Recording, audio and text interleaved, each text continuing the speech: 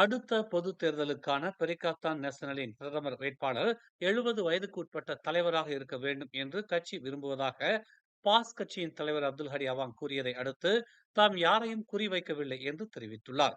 தாமும் பாஸ் கட்சியின் ஆன்மீக தலைவர் ஹசீன் ஜாசினும் அந்த பதவிக்கு மிகவும் வயதானவர்கள் என்பதை மட்டுமே முன்னிலைப்படுத்த விரும்பியதாக ஹடி குறிப்பிட்டுள்ளார்.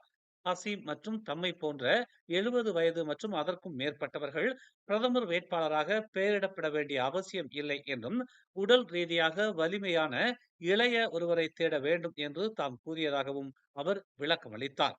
இதை வேறு யாரையும் மனதில் வைத்து சொல்லவில்லை. அது தம்மை நோக்கி தாமே திருப்பிவிட்டது என்று அவர் கூறினார். தேசத்தை வளர்க்க அறிவு, ஞானம் மற்றும் வலிமை கொண்ட ஒரு தலைவரை நாம் தேர்ந்தெடுக்க வேண்டும் என்று அவர் கூறினார்.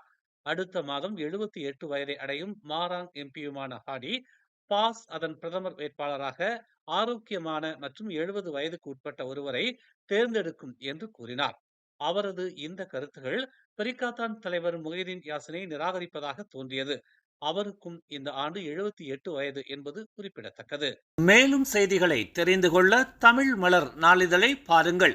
உடனுக்குடன் செய்திகளை தெரிந்து கொள்ள தமிழ் மலர் இணையதளம், தமிழ் மலர் செயலி மற்றும் மலர் டிவி யூடியூப் சேனலை வலம் வாருங்கள்.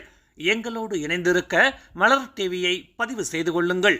உறவுகள் மகிழ்ந்திட விருப்பம் மற்றும் பகிர்வு சேவையை சொடுக்கிடுங்கள்.